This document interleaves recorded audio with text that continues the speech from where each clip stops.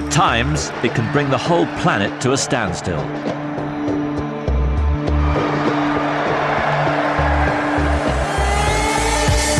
This simplest of games that can be played anywhere fuels the dreams and aspirations of children everywhere.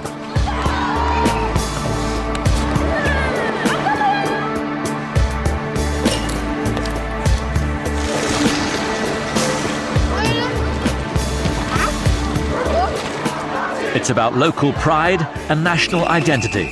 Its chief protagonists are amongst the most revered and famous people on the planet.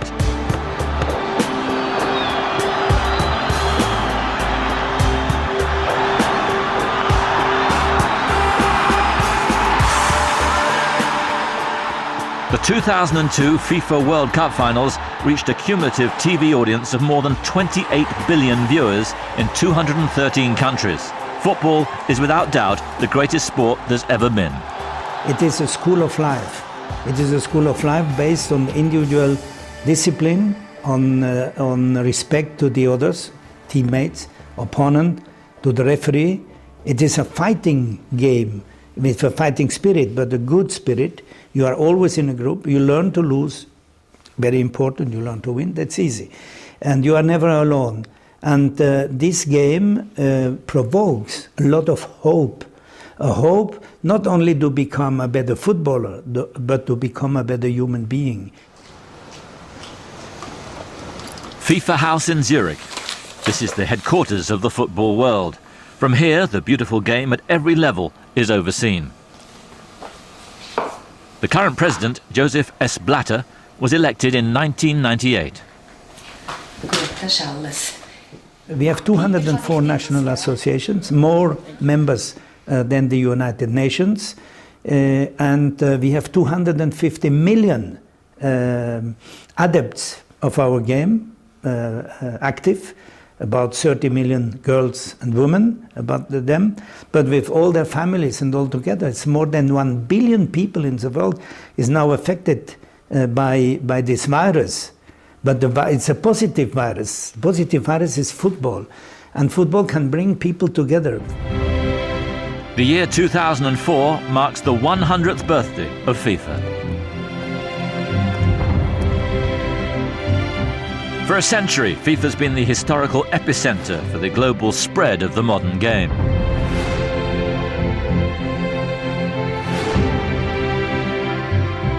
In Europe, there's been plenty of mob football played throughout history, some vaguely resembling the game that we know and love today. This is Florence in Italy, where they still play something called calcio storico. All right, it's not directly related to modern football, it's 27-a-side for a start, and the ball can be something of an afterthought. Games like this were immensely popular throughout Europe, though they varied from country to country. The sort of football that began to develop in England was different. Like calcio storico, it was grounded in local pastimes, but though physical, it was certainly less dangerous than the violent mob games. In the late 19th century, as the English style of football spread around the world, it found fertile ground in mainland Europe. From the 1880s onwards, clubs started to develop, along with regional and national associations. By 1900, there were internationals and club matches across Europe. And while the British associations accepted that other nations enjoyed this sport, they weren't especially interested in helping out. So what was the next step?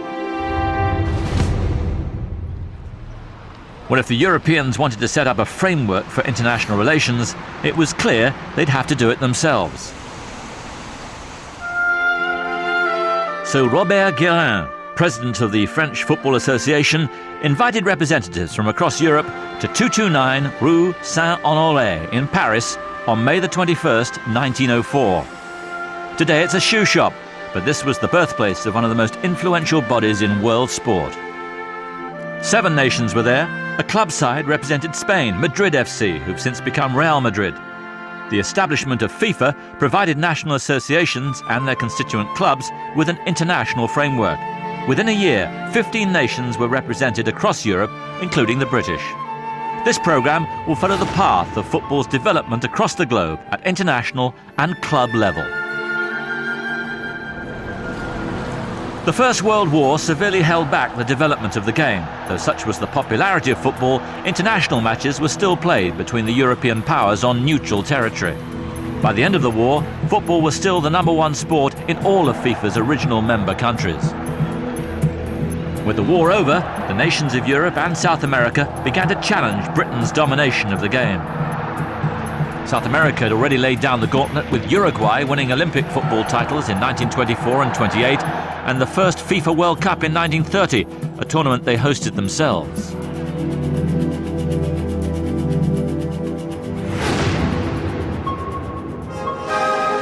The first serious challenge to emerge within continental Europe was from Austria.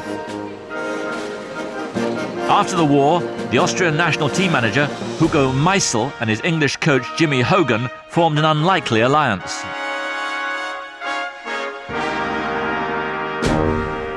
Together, these two like-minded gentlemen created a football team that could take on the world. Step forth, the Wunder team. Although they suffered a narrow 4-3 defeat against England at Stamford Bridge in 1929, in a game they should have won, the Wunder team dominated in the late 20s and early 30s. Impressive victories over Hungary, Germany and Italy meant Austria under Meisel had something of a monopoly on European football's bragging rights for over a decade. But all that was soon to change. From his base in Turin, northern Italy, a good friend of Meisel's was waiting for his own team's chance to shine. Vittorio Pozzo was Italy's national coach for over a decade. Pozzo was a keen student of the game who learnt his trade in England, and an imposing father figure to players like the late Angelo Schiavio. I have great memories of Vittorio Pozzo. Apart from being a great coach, he was also a wonderful human being.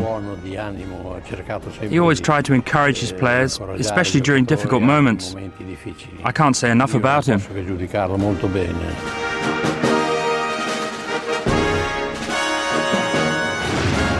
When Italy staged the 1934 FIFA World Cup, the hosts finally usurped Austria as mainland Europe's top nation, beating them 1-0 in the semi-final.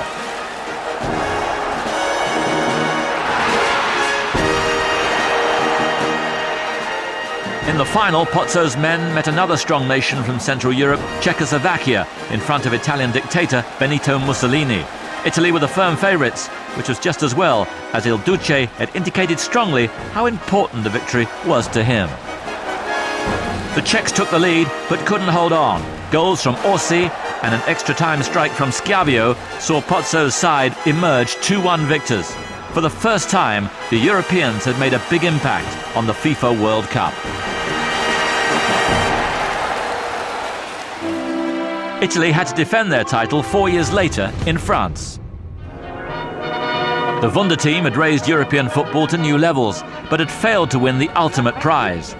The Italians, on the other hand, had already done it once, and after making it to the 1938 FIFA World Cup final, Pozzo's men were on the verge of doing it again.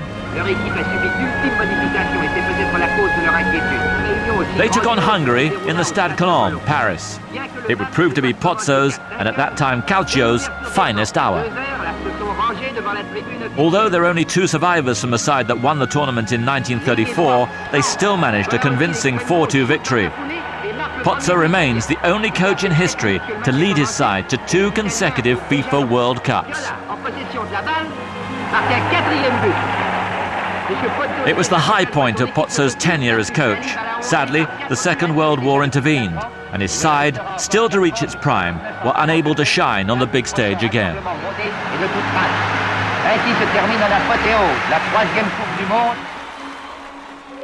Then, as the clouds of war lifted, there came another tragedy. Italian champions Torino were widely regarded as the best club side in Europe. On May the 4th, 1949, Il Grande Torino were on their way back from Lisbon after a friendly match with Benfica when their plane crashed in fog into the Superga Basilica on the outskirts of Turin.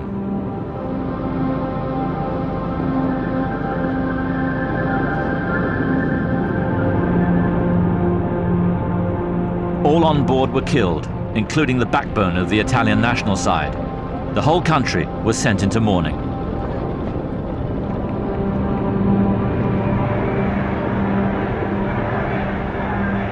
death toll included captain Valentino Mazzola. His son Sandro also went on to represent his country 70 times, becoming one of Italy's finest players.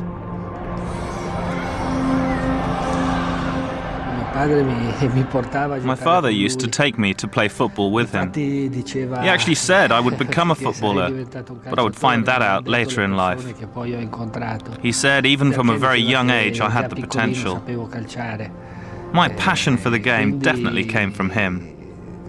My mother, on the other hand, didn't want me to become a footballer because she didn't want to lose her son in the way she had lost her husband.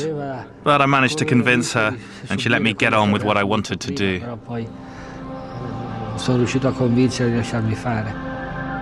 The void left by the Superga tragedy was to be filled by a new generation of European heroes. In November 1953, England met Hungary at Wembley. England had never been beaten at home by continental opposition, and despite Hungary's growing reputation, no one thought that would change. But change it did, with a vengeance. The Hungarians hammered England 6-3. Overnight, the names of players such as Ferenc Puskás and the late Nandor Hidegkuti became every bit as well known as the likes of England's Stanley Matthews. We didn't realize straight away. It was only in the next few days that it sank in.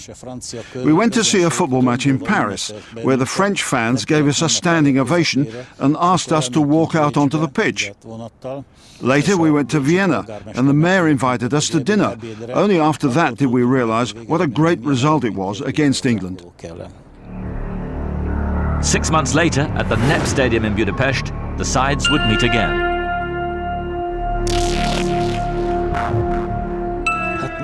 You see, to beat an England team is always very important. If it were possible, we could have sold 500,000 tickets, so many people wanted to get into the stadium.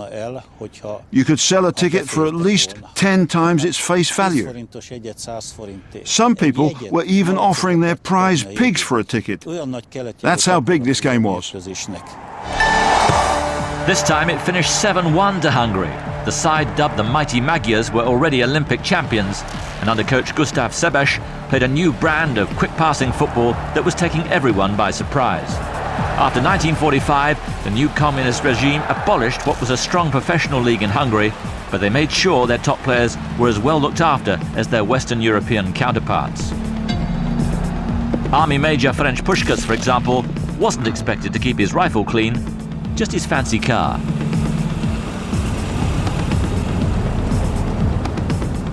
After destroying England, they entered the 1954 FIFA World Cup in Switzerland with the absolute belief that they were champions-elect. And the Hungarians started like champions, 9-0 against South Korea, 8-3 against the Germans. Then it was Brazil in the quarters. Hungary emerged 4-2 victors.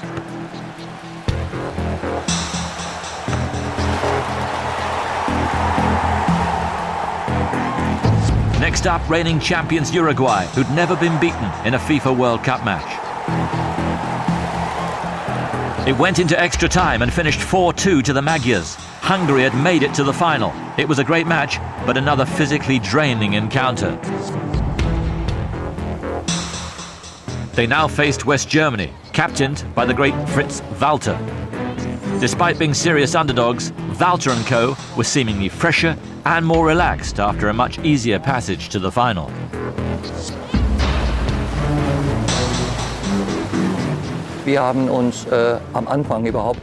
At the beginning, we thought there was no chance of beating Hungary, mainly because of the 8-3 defeat. But we also knew that we had been improving from game to game. So when it came to the final, we thought maybe there was a slight possibility of beating the Hungarians. Still no one, except the most optimistic of Germans, believed that Hungary could possibly be taken. But those previous matches had taken their toll. Despite the Hungarians taking a 2-0 lead, Germany emerged, shock 3-2 victors. It was Hungary's first defeat in 6 years. The mighty Magyars were never destined to lift the FIFA World Cup. 2 years later, Soviet tanks rolled into Budapest and many of the team defected. Most famously Puskás, who moved to Real Madrid and became a naturalized Spaniard.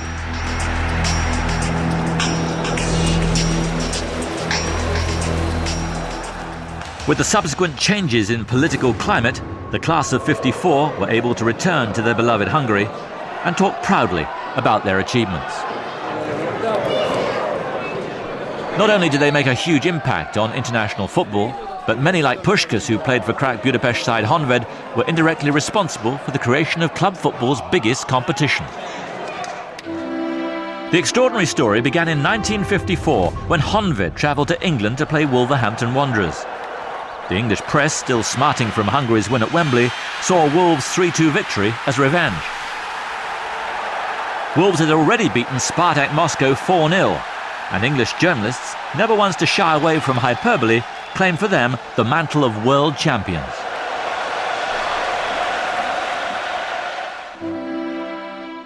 Meanwhile in Paris, writers at the sports newspaper L'Équipe and sister magazine France Football had their own views on how to decide which was the best team on earth. And they were determined to do something about it. Journalists at L'Équipe said yes, Wolverhampton are a good team, but they need to face the likes of Milan and Real Madrid and other big clubs, and then they can say that they are the club world champions. So the thinking was, why not stage a big competition with the best clubs? That's how the European Cup started. The idea was put to journalists at L'Équipe to lobby for a competition to UEFA, who at that time were a very young organisation. So in 1955, the first European Cup proper began.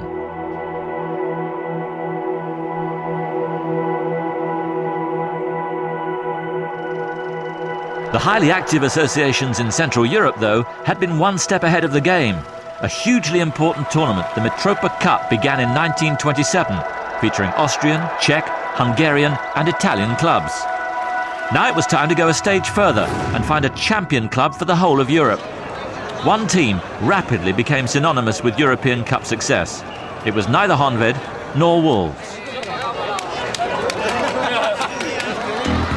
Real Madrid are not only the biggest club in Spain, they're arguably the biggest in the world. 9 times they've been European champions, and their museum contains probably the largest collection of silverware on the planet. Everyone realises, the tradition of Real Madrid, but this is a club that is one of the biggest clubs in the world, and for me to be part of that and to wear the Real Madrid kit, now it means, the world to me. The team of the 50s was almost as revered as the superstars of today.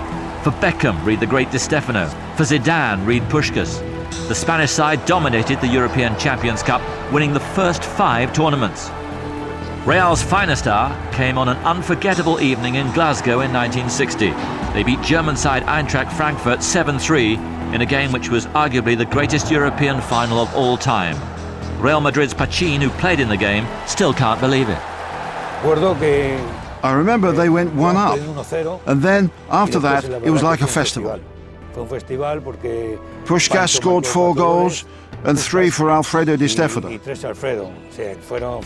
was like an exhibition. The ball was out of play for a very small amount of time during the game. Sometimes I watch it on the television, and I'm still amazed at how long the ball is in play during the game. So Europe had their champions, but the South Americans were not just going to sit by and let Madrid be crowned the best club in the world.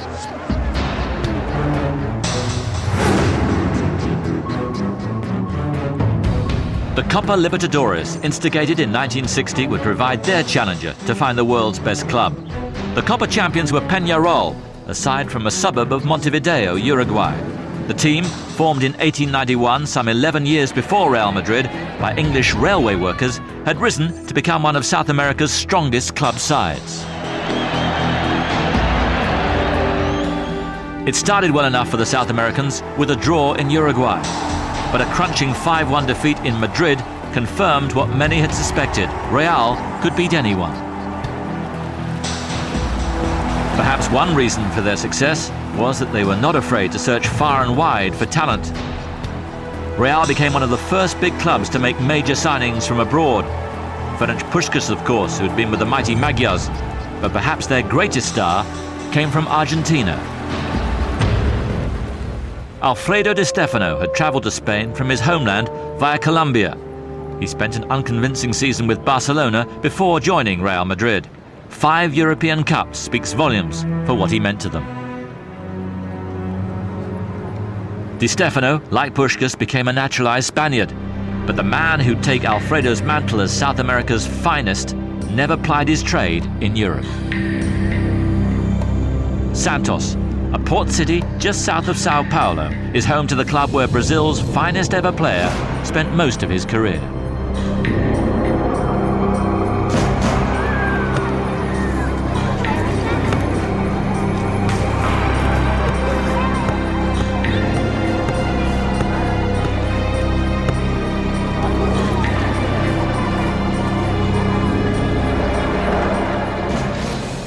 Pelé was known and adored internationally for his exploits in 3 of Brazil's FIFA World Cup winning sides. But during his career at Santos, the club he joined as a schoolboy, he won 11 Sao Paulo state championships, 2 Copa Libertadores and 2 World Club championships, scoring over 1,000 goals along the way. A prodigious and, by today's standards, a remarkably loyal club career. I always thought that football was one of the biggest spectacles of all time. It's the only game where you can't be idle. You can't look at the crowd, because there's always something happening. One jumps, the other falls, the other spins, another dances, one dribbles. So it's like a ballet. A ballet is a beautiful thing. This is why I said football is the beautiful game. Everywhere in the world, people communicate through football. It's the only game which people play all over the world. So I don't have any doubt that it is a beautiful game, a wonderful game. With the help of sporting ambassadors like Pelé, the profile of club football everywhere was getting higher and higher.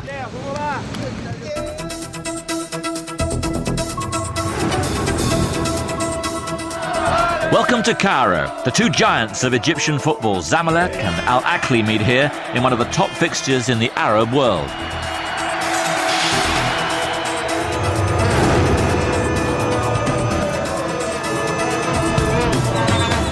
Soweto in South Africa. It doesn't get much bigger than when Kaizer Chiefs take on Orlando Pirates. In Saudi Arabia and the Persian Gulf, many of the biggest clubs have invested heavily in foreign and homegrown talent. Clubs like Al Hilal have found this to be a recipe for success at home and across Asia. In Japan, the J-League has introduced colour, excitement and spectacle to the domestic scene, and the strength of the clubs has been reflected in the national team's success, not least in the 2002 FIFA World Cup, where their performances captured the imagination of the world. Mexico's Cruz Azul are one of CONCACAF's best sides. They now regularly compete in the Copa Libertadores with great success.